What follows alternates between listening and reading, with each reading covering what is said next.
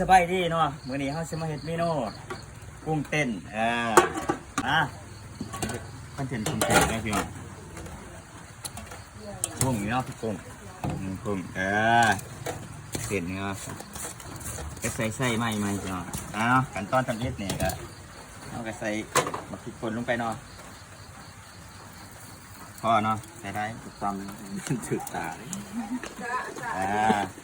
ซองกะตามไปด้วยเขาครัวเขาครัวนี่มันขาดบ่ได้พี่น้องไงใส่ลงไป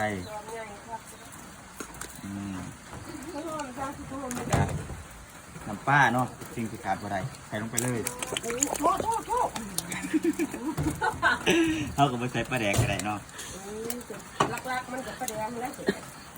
ปลาแดกนี่ก็น้ำปลาทำในถูกเลยก็ไม่ปลาแดกทำในถูกก็ได้แซ่บแบบเป็นว่าลงไปโอ้ได้ไล่ปนีเนาะใส่ลายแสบลายเดี๋ยวเป็นว่านี่แต่การขั้นตอนจะไปก็ใส่เนาะมังนาวใส่นี่ปาดเลยเนาะปาดเลย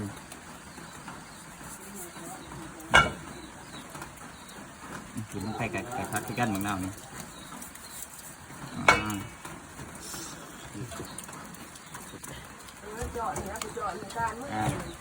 ทีนี้ตัวใส่พักเนาะใส่ลงไป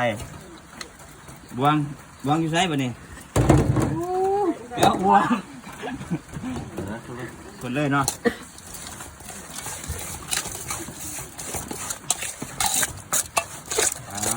สนุกเลยนี่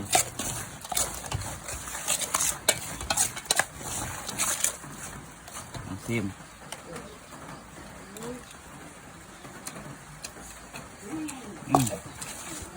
แบบนี้